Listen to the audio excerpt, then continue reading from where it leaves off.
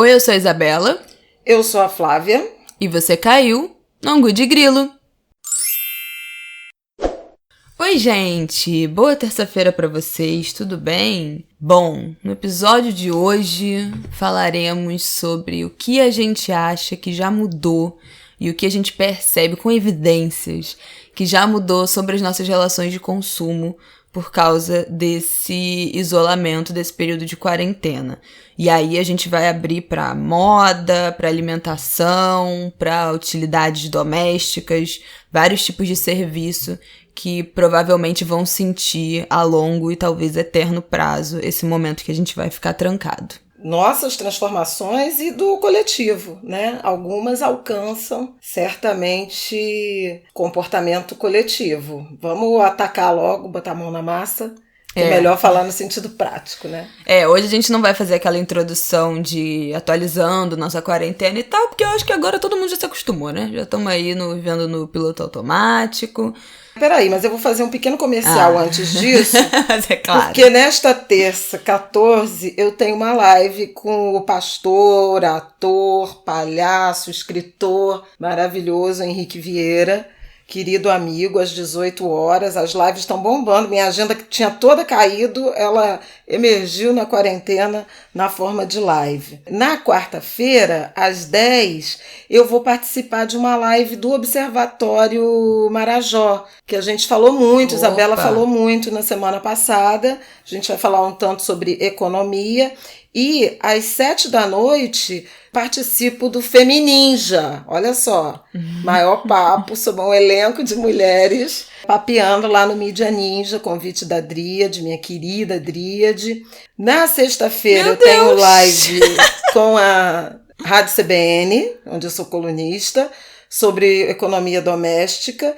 E na sexta de tarde também faço uma live com a PUC, a empresa júnior da PUC, mas não vai ser no Instagram, vai ser no Zoom. Tem inscrições, eu vou botar o link para quem não for aluno da PUC poder se habilitar. A gente vai falar sobre mercado de trabalho, mas questões estruturais, como diversidade, participação feminina, e também mais conjunturais, que é esse mercado de trabalho totalmente alterado em razão da pandemia. Tô cheia de agenda, Passada com esse intervalo comercial. Próxima vez vou botar uma vinheta até pra introduzir esse momento. Bom, é isso, tá, Brasil? Olha, a primeira coisa que eu queria falar sobre esse assunto é sobre os nossos utensílios domésticos e itens de limpeza doméstica. O Brasil, na verdade, sempre esteve muito atrasado em relação a esse mercado e essa indústria de aparelhos de limpeza doméstico e itens, que aí envolvem produtos, líquidos de limpeza, equipamentos de limpeza, vassoura, o mop, o aspirador, máquina de lavar louça. Em relação a outros países, Europa, Estados Unidos, que não têm essa tradição de serviço doméstico que o Brasil tem, essa indústria evoluiu muito mais porque para quem trabalha e estuda e cuida sozinho da casa é preciso praticidade.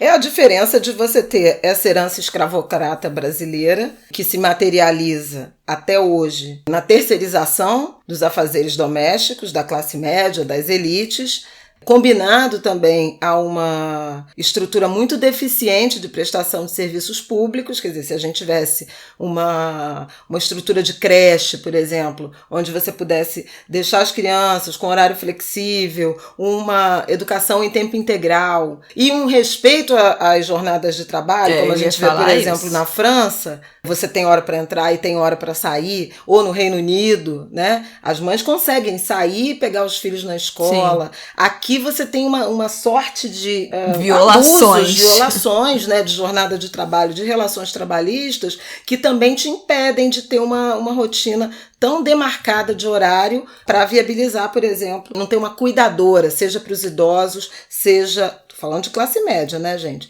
Seja dos idosos, seja das crianças. No caso de classe média baixa, de baixa renda, que você tenha um impedimento do acesso amplo da mulher no mercado de trabalho, justamente por conta desses compromissos, quer dizer, você não pode viajar, você não pode fazer hora extra, você não pode se oferecer e muitas vezes é cerceada na sua possibilidade de ascensão profissional em razão dessas atribuições domésticas e familiares que recaem sobre a mulher. Mas essa questão dos utensílios domésticos e tal são intimamente ligadas a esse nosso vício, né, a essa nossa herança com o trabalho doméstico terceirizado, e na medida em que a gente avance no autosserviço, isso realmente pode se traduzir numa mudança de padrão de consumo. Só quero fazer uma nota de risco em relação a isso, que é o fato de a crise do mercado de trabalho ser tamanha que pode baratear ainda mais o custo do trabalho, desse trabalho doméstico terceirizado na volta,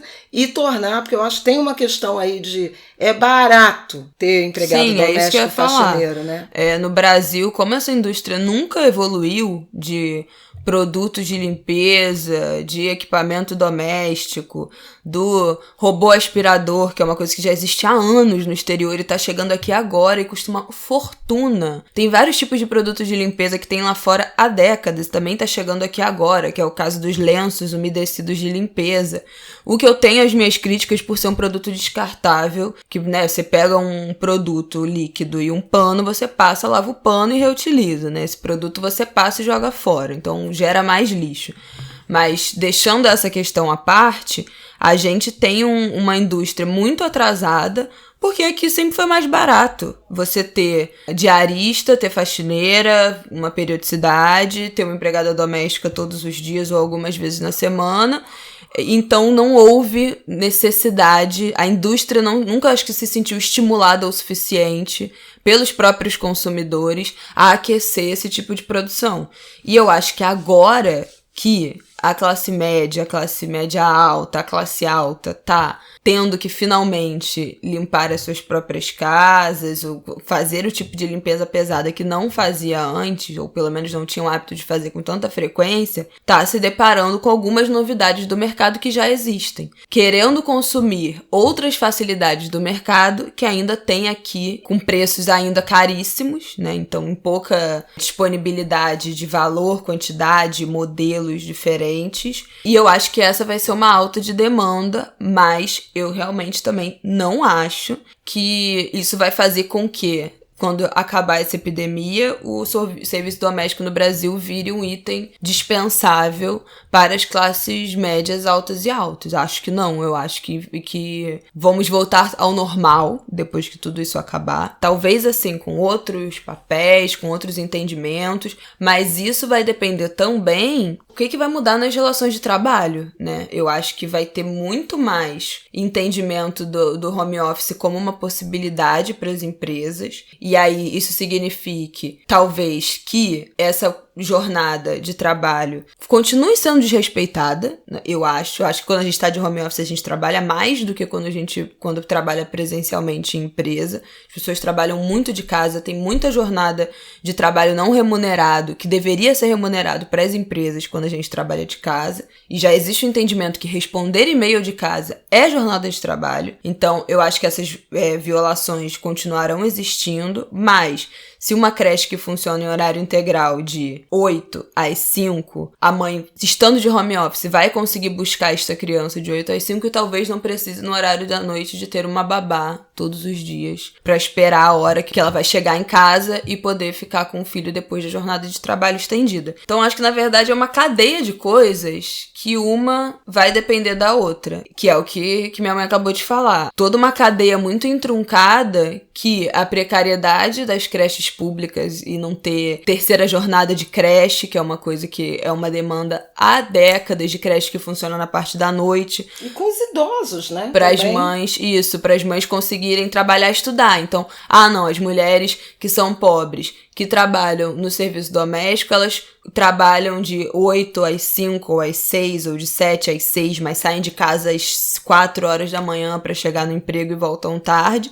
E aí elas conseguem minimamente uma creche, uma amiga, um parente para olhar entre o horário da creche e da família, mas ela não vai conseguir estudar depois desse horário. Muitas vezes não consegue terminar colégio, ingressar numa faculdade para mudar os padrões de vida, porque o horário escolar não acompanha a necessidade dessas famílias, que muitas vezes são compostas por uma mãe solo, que não pode ter a ajuda da família para olhar, que não tem assistência escolar para isso, que não tem um companheiro ou uma companheira junto que possa assistir para viabilizar o trabalho e o estudo. Então, na verdade, tudo isso é causa e efeito de uma história do Brasil que é muito anterior a toda essa discussão, mas que ela só vai mudar com mudanças muito profundas na nossa sociedade, que inclui as mudanças nos padrões de vida de quem contrata, as mudanças nos padrões de rotina e de assistência social para quem fornece esses trabalhos e com essas mudanças, eu acho que mercados que está aquecido, já está aquecido agora, com certeza, e vai permanecer por um tempo, é desses utensílios. Acho que nesse período de quarentena, essa galera vai vender loucamente. Quem pode, né? Quem continua recebendo no home office salário, tem essa segurança, tá comprando produtos que não tinha, tá experimentando produtos de limpeza, utensílio de limpeza que não era do padrão de consumo, porque sempre teve outra pessoa para fazer. Agora, se ele vai continuar aquecido e se a gente vai dar um passo na indústria desse setor, aí é uma questão que vai ter que ter muita alteração estrutural. Eu queria botar alguns pontos. Acho que um ponto muito importante é essa questão da repactuação, da divisão, né, dos afazeres domésticos, das atribuições de cuidados com pessoas dentro das famílias.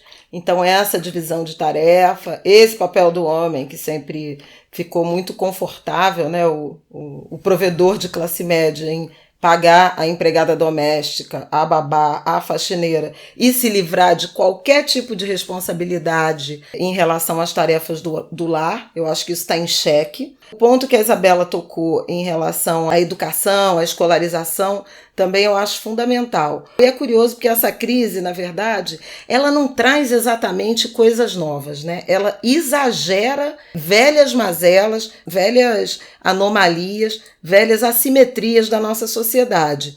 Uma delas, por exemplo, é essa questão do quanto ser mãe, ter casa, né, cuidar de casa, afasta a mulher da escolarização. E isso é um dado muito objetivo de várias pesquisas do IBGE, mostrando, por exemplo, a correlação entre evasão escolar, gravidez precoce, né, e evasão escolar e a própria dificuldade de acesso ao mercado de trabalho em razão das atribuições de afazeres domésticos e de cuidados com pessoas, nos casos os filhos, de jovens mulheres que se tornam mães. Elas acabam assumindo a rotina da casa sem poder ir à escola, porque a gente não tem essa estrutura de creche ou de uma escola acolhedora a essa, sobretudo a adolescente ou às universidades.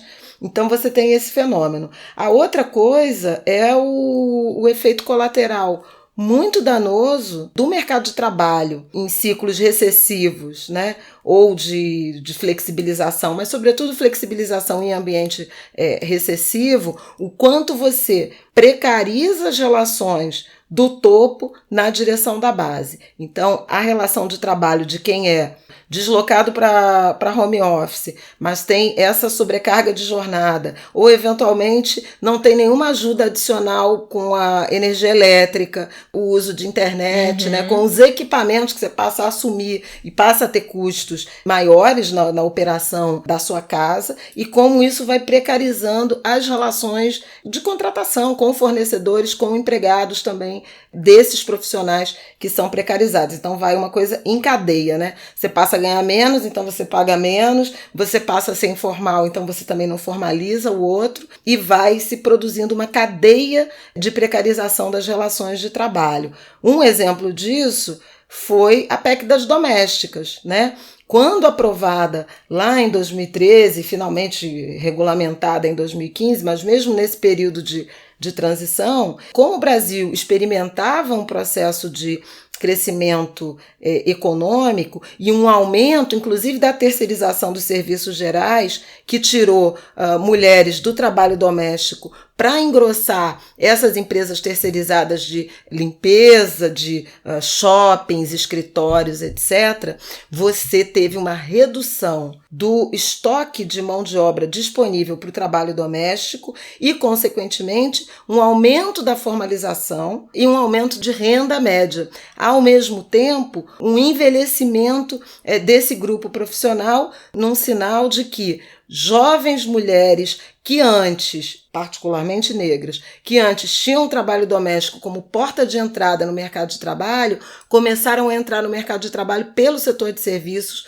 já com carteira assinada, e não iam mais para o trabalho doméstico. Quando veio a recessão, esse processo voltou. E aí voltou com a força de muitas mulheres, eu acho que todos nós temos algum exemplo de mulheres que estavam com emprego com carteira assinada e começaram a se oferecer, por exemplo, para fazer faxina, para cuidar de idosos, para algum trabalho relacionado, né, à rotina doméstica terceirizada, mas também um número grande de mulheres ou trabalhadores domésticos sem carteira assinada. E hoje a gente chega às portas dessa crise aguda com 2/3 dos trabalhadores domésticos, predominantemente mulheres, 90% mulheres, sem nenhum tipo de formalização. Eu acho que essa crise pode, inclusive, agravar em razão da precarização para cima, né? A quantidade de gente que a gente tem testemunhado afastada, né? Com suspensão de contrato,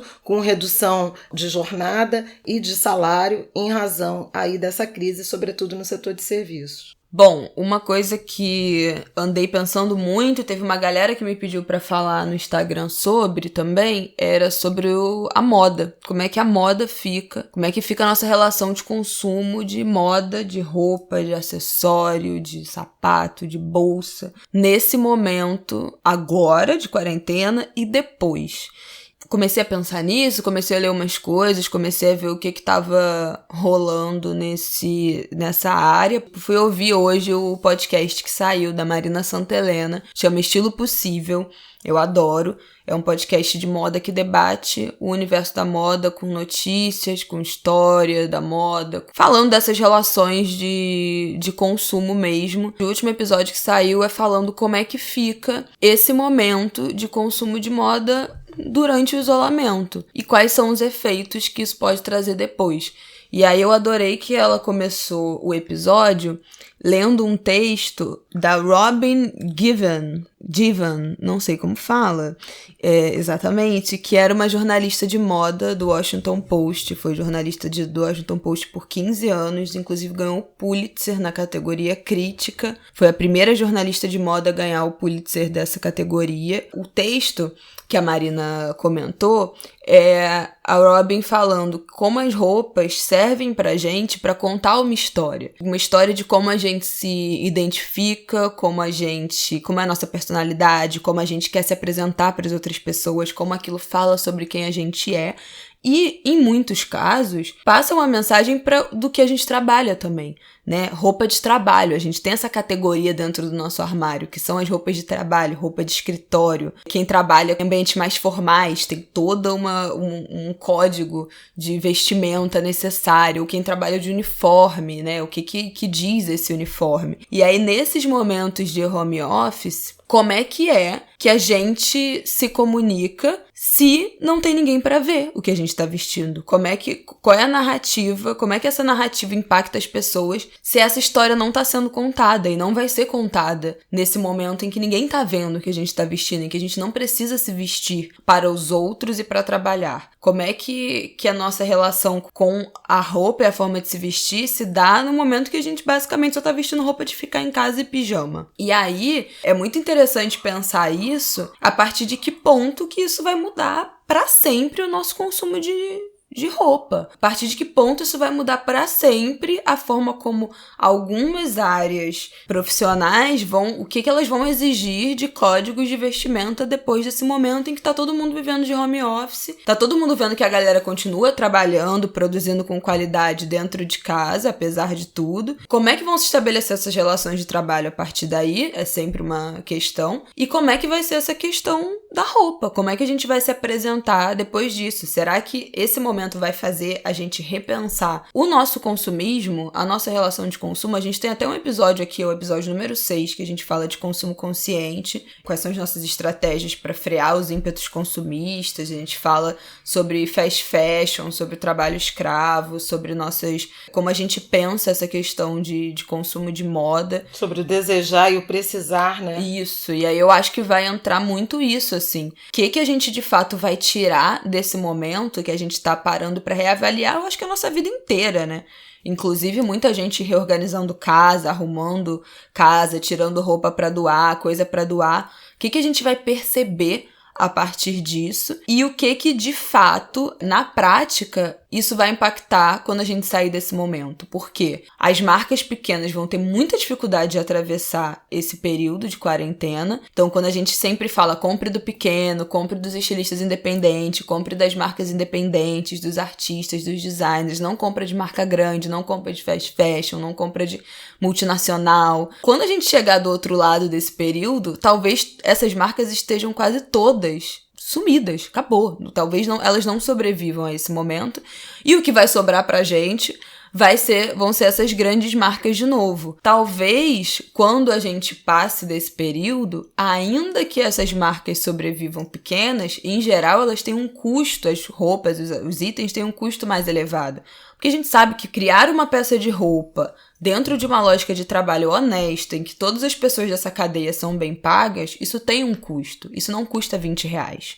Uma blusa de R$20, ela tem algum problema dentro da sua cadeia de fabricação. Quando a gente chegar no final desse momento, as pessoas vão ter dinheiro para pagar uma peça de roupa de 100 ao invés de 10, de 200 ao invés de uma peça de roupa de 50, se elas realmente precisarem dessa roupa para trabalhar, para voltar às suas vidas, elas vão poder escolher dar o dinheiro delas para as iniciativas independentes e sustentáveis e conscientes e éticas, ao invés de uma fast fashion de R$20, porque é o que elas vão poder gastar no momento que elas vão estar super apertadas depois dessa crise.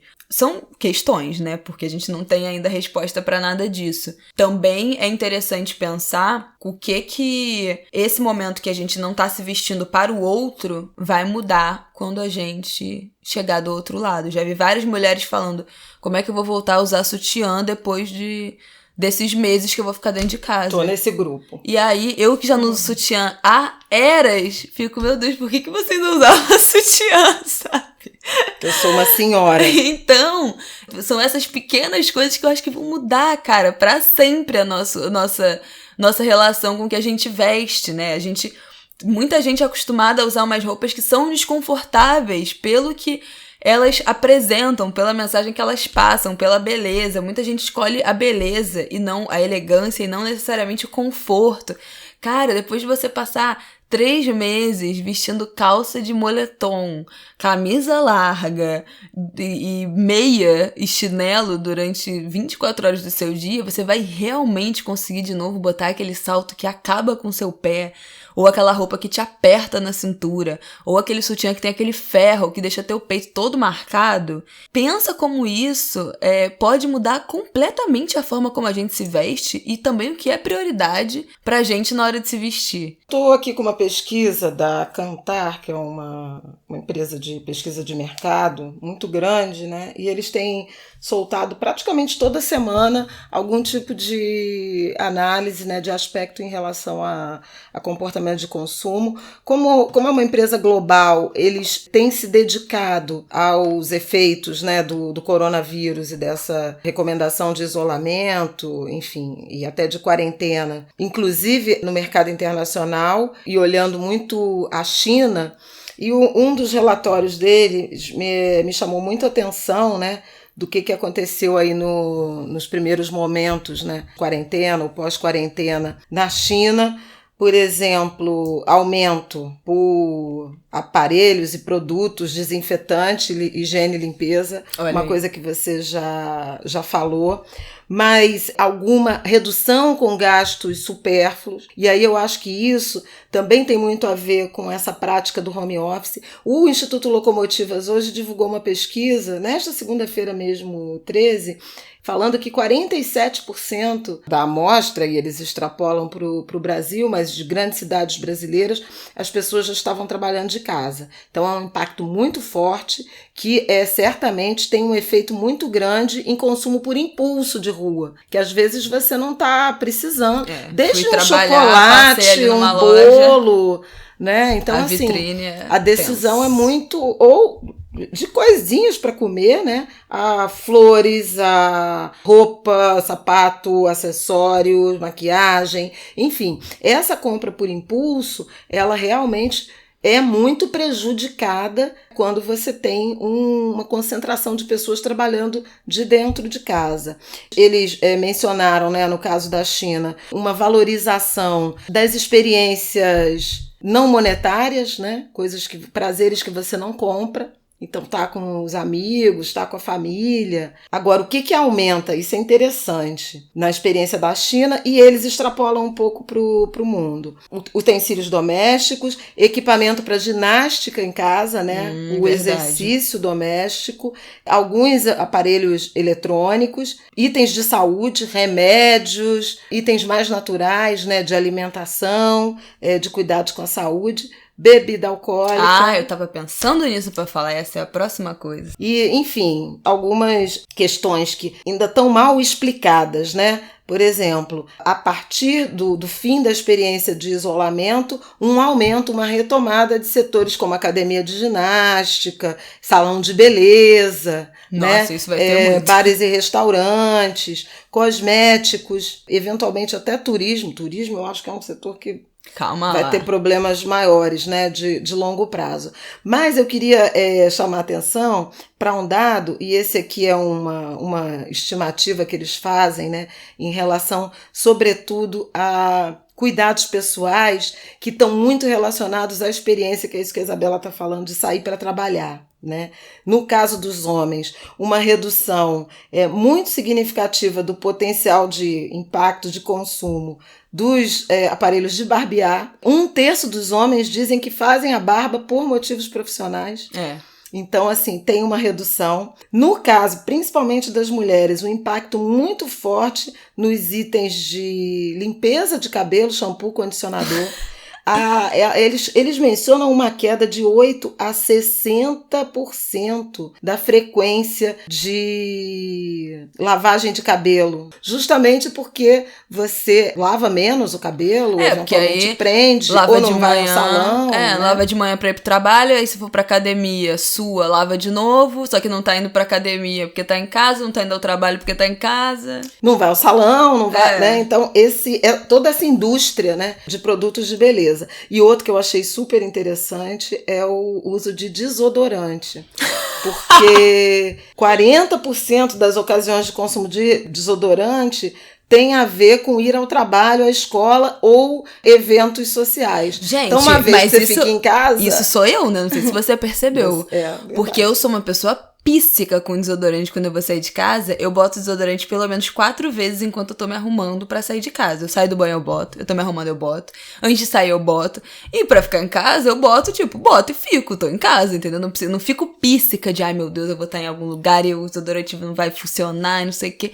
Então, o meu consumo de desodorante deve estar babado. O meu estoque vai durar aí até o ano que vem. Então, aí 2 coisas interessantes aí pelo outro lado. Como uma das recomendações... Gente, a gente tá num papo muito classe média, tá? Vou deixar bem claro isso, porque aí vão falar de futilidades, é claro, e a gente já tratou milhões de vezes e trata aqui das dimensões das desigualdades, da falta de acesso a esses itens, a toda essa possibilidade de consumo que a gente está mencionando. Mas a gente está fazendo análises de mercado sob a ótica de classe classe média, né, de consumo de classe média, não de serviços muito básicos, que eu também acho que um dia a gente pode até chegar nessa conversa em relação à infraestrutura de saneamento básico, ou seja, água, coleta de lixo, rede de esgoto, a serviços de saúde e de educação e novas formas aí nos cuidados à população, seja criança, seja idosos. Fechado esse parêntese, volto aqui para o canal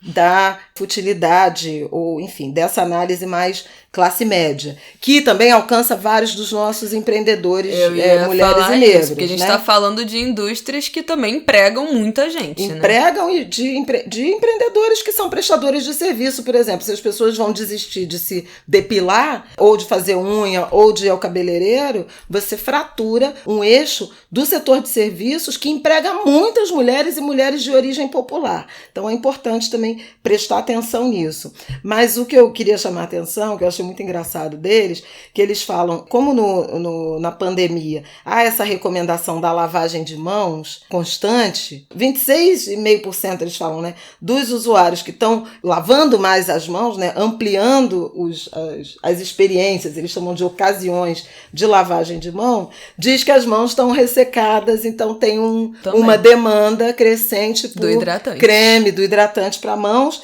E na higiene corporal, também por conta de recomendações em relação aos hábitos de higiene mais duro, o aumento da média semanal de banhos, o que também aumenta sabonete e hidratantes e produtos para o corpo.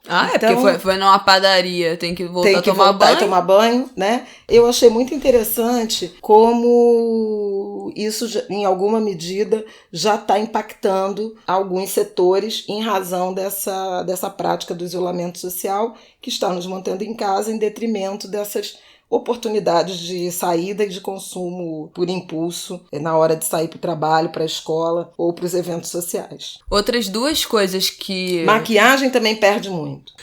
Acho que o universo todo da beleza vai sofrer um baque, porque eu já vi várias pessoas questionando. Vocês estão vendo agora quais são os hábitos de beleza que você fazia por você ou pelos outros? A depilação que sempre te incomodou, tá te incomodando agora? Que você não tá vendo ninguém? Que você não tá indo à praia? Que você não tá transando com ninguém? Ou isso é uma coisa que, na verdade, você fazia para as outras pessoas? A unha, você continua fazendo? Tá tentando fazer sozinha? Ou era uma coisa que você fazia por causa do seu trabalho, por causa da sua imagem? Então tem várias... A maquiagem também entra nisso, né? Essa coisa de beleza tá sendo muito questionada. Talvez sofra um impacto, mas eu sinceramente acho que esses setores aí vão continuar, maquiagem, depilação, não sei o que, quando voltar vai voltar tudo ao normal. Na escala, acho que algumas pessoas vão questionar, mas em escala eu acho que vai voltar tudo ao normal. Apenas uma impressão. Outra coisa que eu acho que vai ter um impacto, vai ter uma mudança, é a alimentação. Acho que, na verdade, isso da alimentação não vai resvalar nem somente na classe média. Acho que uma galera... As pessoas sabem que, racionalmente, você cozinhar em casa e levar comida de casa pro trabalho custa mais barato. É muito mais barato você fazer a comida em casa e levar do que comer na rua. Só que muita gente não faz, ou porque não tem tempo, ou porque não sabe fazer, ou porque não tá habituado, ou porque não se organiza. E eu acho que nesse momento que a gente tá tendo que cozinhar mais em casa, tem uma galera que nunca soube cozinhar e tá aprendendo a cozinhar, ou pelo menos tá tomando gosto pela cozinha, e tá vendo o quanto isso da renda vai acabar economizando nesses meses do gasto de alimentação, vai ver como é muito mais barato. Quem tá de home office, vai ser muito mais barato comer em casa nesse período, comprando e cozinhando, do que comer na rua todos os dias. Acho que isso pode gerar um impacto para depois dessa pandemia. Uma galera que vai começar a tentar se organizar para levar comida e parar de gastar dinheiro comendo na rua o tempo todo, as refeições todas durante a semana, pedir muito menos comida em casa por não saber fazer ou achar chato fazer ou não ter prazer nisso. Talvez tenha uma parte aí da galera que comece a ver a culinária com outros olhos, com olhos de uma atividade prazerosa e uma atividade que ajuda a economizar dinheiro. E isso pode ter um impacto nos restaurantes e nas pessoas que vendem marmita, que vendem quentinha. Até porque quando essa crise passar, é outra coisa. Você vai precisar poupar todo o seu dinheiro. Você vai fazer em casa e levar do que ficar comprando comida na rua. A menos que, em situações de que você realmente não saiba fazer, ou que você realmente não tenha tempo para fazer essa organização, acho que isso pode mudar um pouco esses padrões de alimentação nesses horários comerciais de trabalho. Pode acabar impactando os restaurantes que funcionam só em horário de almoço, restaurante aquilo que tenha bem esse público da galera do horário de almoço das empresas. Quero fazer uma análise sobre essa questão da alimentação. Eu concordo, quer dizer, na verdade, a primeira onda de efeito em relação ao que está acontecendo com o coronavírus, do ponto de vista de consumo, foi o desaparecimento e a explosão do preço do álcool gel, né, das máscaras, que a gente já sabe, mas o impacto mais expressivo foi no setor de supermercados, feira e atacados, com o aumento de preço dos alimentos. Essa foi, inclusive, uma característica da inflação de março, que foi muito baixa na média, né, no índice da meta de inflação. Os economistas estão trabalhando com uma inflação muito baixa esse ano, abaixo de 3%. Periga nem alcançar o piso da meta de inflação, que é 2,5%. No entanto, pelo menos no mês de março, a inflação de alimentos foi muito alta. Foi tipo, o IPCA, que é o índice oficial de inflação, ficou em 0,07 e a inflação de alimentos foi 1,13. Então, com um aumento muito forte em vários itens, justamente por conta desse aumento da demanda por alimentação em casa. Esse foi um impacto muito imediato e, naturalmente, em detrimento da comida fora de casa, em bares, restaurantes, e a gente tem visto pelas restrições de funcionamento, pelo esvaziamento mesmo da cidade em razão dessa substituição aí da rotina de trabalho. Quem está pedindo comida não está saindo para comer, está encomendando aí as entregas. Isso tem um efeito que é interessante, além do que a Isabela falou, e eu concordo, experimentar essa prática e eventualmente criar uma rotina de preparar comida e congelar, e aí você entrar nesse ciclo, inclusive por questões de saúde, e se retomar um trabalho fora de casa,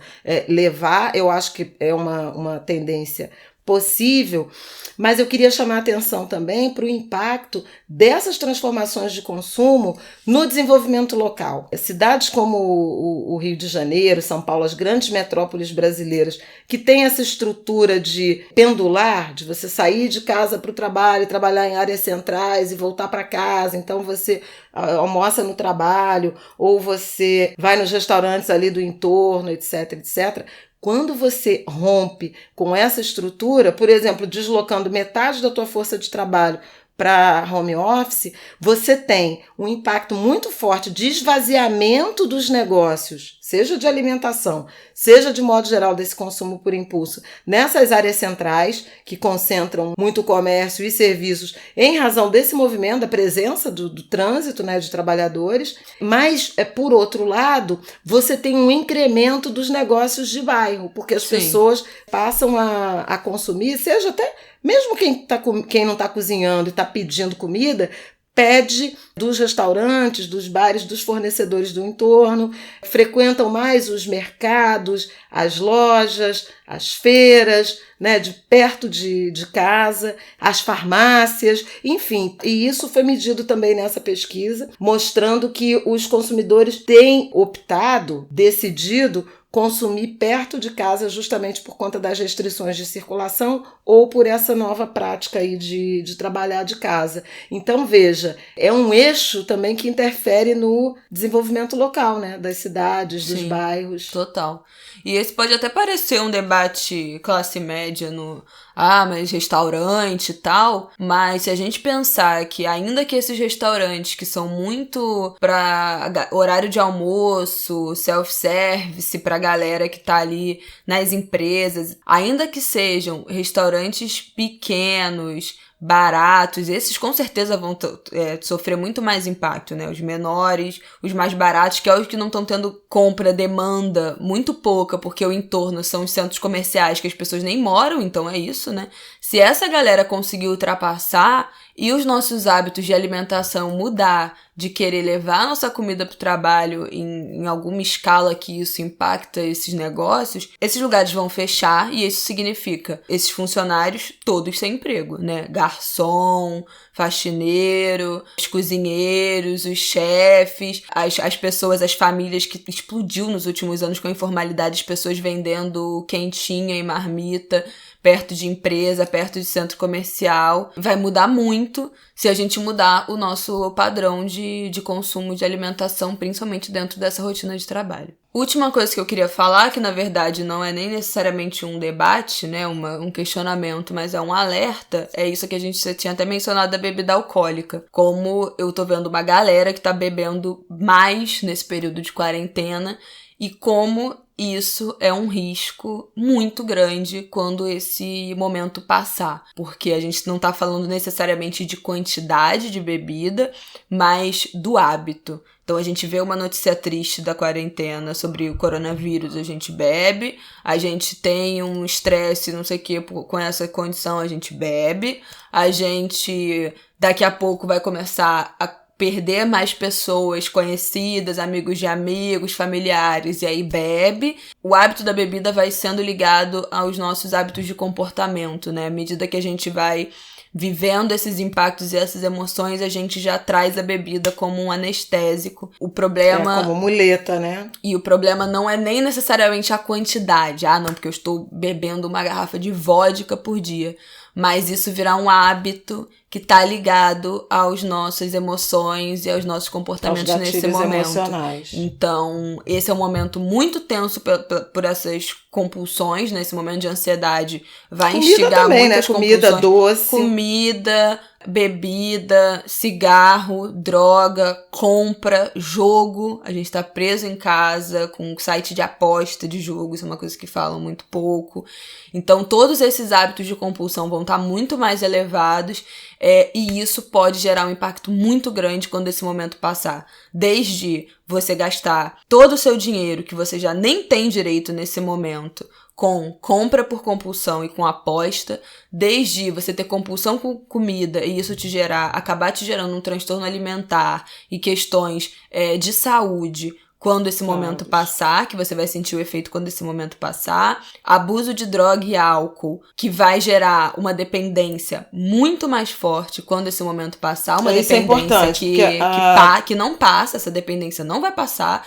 E a gente não tá falando de um consumo de álcool, de compra, disso tudo, de compulsão de 2 semanas, né? Isso vai durar aí, pelo menos, já passou um mês e vai durar pelo menos mais 2. Então, já vai virando um comportamento de longo prazo, pelo menos um trimestre mantendo um comportamento. Quando isso acabar, aí a desgraça já tá feita. Acho interessante também esse comentário da Isabela, porque a compulsão, né, e a dependência química, sobretudo, né, de álcool, de drogas, enfim, de remédios também, né, calmantes, toda essa sorte aí antidepressivos, tem uma correlação muito forte com transtornos mentais, né? De depressão, de bipolaridade e eventualmente até de pensamentos suicidas, né? É muito importante calibrar essa dosagem, né? Prestar atenção sobre essas muletas, né? Que podem nos aparecer para suporte emocional e virar, na verdade,